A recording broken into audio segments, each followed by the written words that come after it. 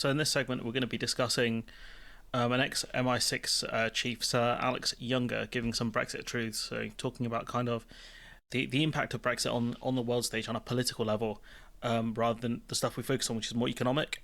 Office and I've travelled around Europe. I'm profoundly depressed. Nobody mentions the UK. We've just made ourselves irrelevant, and this is extraordinary. You know, the beginning part of this century, we were the dominant force. I mean, I don't think we were that much of a dominant force. We throw our weight around behind the Americans. Like, if America didn't get involved in the Iraq War, we wouldn't have gotten involved in the Iraq War. I think if the Americans didn't get involved in Kosovo, we wouldn't have got involved in Kosovo. So I don't know where he's getting this dominant force aspect from. I'm not seeing it personally.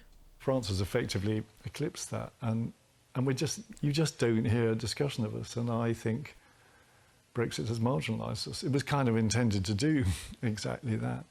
It was more about isolationism. You know, the idea that we would trade more with the rest of the world, but, you know, the reason people were mad at the EU was because of its, the political institutions, when we know it was really about immigration. But if you look at it now, we weren't a major player anyways. We would throw our weight behind other countries, in support with coalitions, rather than acting alone. You know, one of the times where Britain did act alone was in the Suez crisis, and the Americans effectively told us to stand down. It was Britain, France, and Israel, and the Americans told Britain to stand down, and that's what we did. So, it's been a long time since we've been that kind of dominant force, like a superpower. But I think Brexit has isolated us away from our kind of typical allies in terms of the, like Germany, France, the EU countries, really. Not talking about the big three, but the kind of Western European countries. And as I've already said, I think the problem with that, and we've got NATO, and NATO is great, but conflict is about so much more than war now. It's in the economic and tech space and the digital and data, and that's all civilian, and we've just marginalised ourselves. So Putin will have been absolutely delighted by our decision, as will have Xi Jinping. When Xi looks now at Europe, he's intent on peeling it away from the United States. This is an absolutely key strategic objective for a whole set of reasons we could discuss. What did you make of Nigel Farage's comments in relation to provocation of Putin and Ukraine?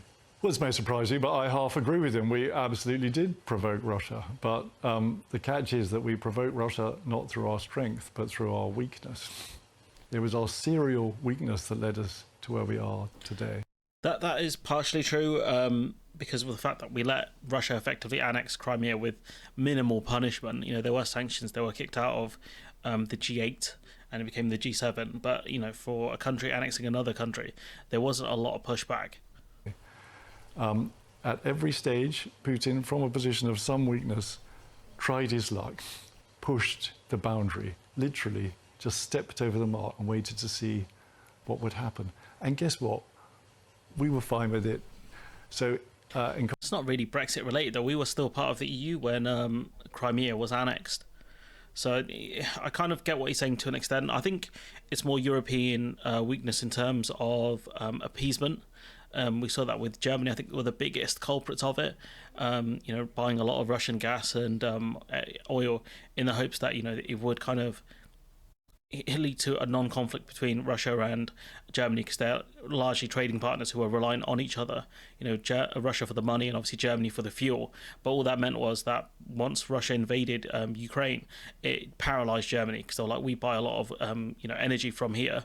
What are we supposed to do? Because they were way too reliant on Germany. That was one of the big failings of Angela Merkel, in my opinion. In contrast to Mr. Farage, I do not draw the conclusion that the best thing to do in this situation is to show weakness. I just think it goes on and on and on. We are economically 10 times the size of Russia as Europe. We can deal with this. No one has to give up their Netflix subscription, right? But we've got to build up these capabilities. This kind of is a bit flippant, given that, the energy crisis, the way the UK has dealt with the energy crisis has made people poorer here. It's not about giving up your Netflix subscription. It's about the fact that energy bills are spiked, even though we're not that reliant on Russia. I think people wouldn't have cared about the sanctions as much if the energy prices didn't spike. And the main reason they spiked is because of the government. And so people can make the argument of, look, we've sanctioned Russia and we've made ourselves effectively poorer, and for what? And the government have allowed that argument to fester because they didn't deal with the energy companies here. I think we've got 10 years. If we don't do it in 10 years, I think we're going to put essentially our kids in a Don't do what in 10 years? position of extraordinary vulnerability for which they will not thank us. 10 years being the period also that Starmer has set for his decade of national Good, renewal. so it's on him then. Are you concerned about the potential impact of returning President Trump? Yes. I think that what is it that keeps us safe as democracies? What's the thing that we do that autocratic regimes don't do? We make alliances, and we have a separate... Well, also autocratic regimes make alliances as well. I mean, this is a bit of a dumb point. Sorry, I'm being a bit nitpicky here, but I think his point is like, you want to be kind of with coalitions and with countries of similar ideologies, but autocracies are like that as well. You have Iran, Russia, and China with a kind of semi-alliance. Powers within our countries that make our governments accountable. I think on both those issues, Donald Trump takes a different approach. Let's be clear, Donald Trump did us a huge favour. We were taking the mickey with defence spending in Europe. We were free riding on the US security guarantee. He did a good thing in bullying us into increasing spending, and that is... He's right about that to an extent, but I think one of the main gripes that Trump had was that if Europe spent more on defence, they would buy more weapons from America, which is what he really wanted. Well overdue and necessary. Europe needs to grow up in the security space. It's going to own the Ukraine problem at some stage. But my message to Donald Trump, I think if I was the next Prime Minister, would be that America is not being done over. It's a prime beneficiary of the international system that it's set up. And its willingness to police globalization, whilst I can see that is onerous and expensive, it's profoundly beneficial. It's why the dollar is the world's reserve currency, for instance. If it is Keir Starmer will be internally, he's going to have a large majority, it seems, and this is a very... Oh, he's right about that. ...emotive issue, and where there is not unanimity. Would it have been wise for both of the main parties perhaps to have gone further on that matter, specifically of the recognition of a Palestinian state? Look, I don't know. I'm not a politician. What I would say, I'm an intelligence officer. What I'm interested in is we should do anything that makes that more likely. So to put the question back to you, do you think that makes it more likely? If the answer is yes, then yes. But if you took the view possibly that it will simply entrench previously entrenched positions still further, you too could take a view that what we need is statesman-like activity and diplomacy. Well, one side doesn't want to. In terms of that conflict, one side doesn't want diplomacy. But with Trump, NATO kind of going off in the weeds a bit here. But with Trump, NATO is unreliable, and that's one of the reasons why the EU wanted an EU army.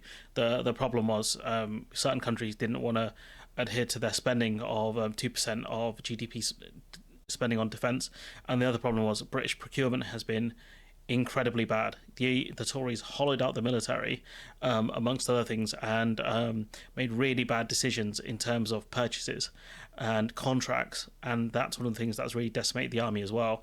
The wages are incredibly bad, and so why would anyone want to join the army? In terms of cyber defense, despite the fact that they were trying to push people to work in kind of cyber industry, or however you want to define it, we still got hacked by the Chinese this year. So, I don't know how Starmer fixes a lot of that. You're talking about nuclear deterrence. I mean, having a nuclear deterrent, in my opinion, is important in a world full of nuclear weapons. But, chances of two nuclear powers attacking each other is incredibly unlikely. We saw that during the Cold War, when a lot of the computer simulations thought that there would be a hot war between the USSR and the USA, especially around the Cuban Missile Crisis. It didn't happen because humans, to an extent, have built-in kind of self-preservation mechanics, where if it's mutually assured destruction, neither side really wants that. And so I think that's why I think having a nuclear deterrent is important, but beefing up cybersecurity and other things. And when you look at the Cold War, it was done via mostly espionage. And that's one of the things that the government needs to watch out for. And when you're paying crappy wages to people, that's where you can be a victim of bribery and blackmail and things like that. But in terms of Brexit, I think Brexit has isolated us on the world stage. It's made the EU weaker to an extent, but I think the EU rallied around kind of realising it can't rely on unreliable partners. And so that's one of the reasons why I think it has helped certain countries out. It's put France kind of at the forefront of it, which is great, because when you look at the sanctions they put on Russia, I guarantee you that Britain would have been a massive hindrance on the sanctions we put on the Russians, or the EU were going to put on the Russians, because we couldn't even do the sanctions ourselves properly, because Britain makes a lot of money from clearing Russian oligarch cash. It's a fact. We are the laundromat of Europe. And so I imagine if the EU did try and put sanctions on quickly, the UK would have delayed them, just like we did in this country. You know, we argue that we didn't have the facilities to put the sanctions in as quickly as the EU did, but I think that's nonsense. I think it's nonsense. I think we didn't want to do it on purpose, and we allowed a lot of these oligarchs to get their money out. The only kind of exception to that was probably Roman Abramovich with Chelsea Football Club. That was about it, and that was a big statement ploy. That's all that was. To say, look, we're going to deal with one of the richest Russian oligarchs. That's the reasons they did that. But anyways, I'm going to leave it there. Let me know what you think in the comments below. Like, comment, share, subscribe. Support the channel on Patreon if you can. And hopefully I'll see you in the next one.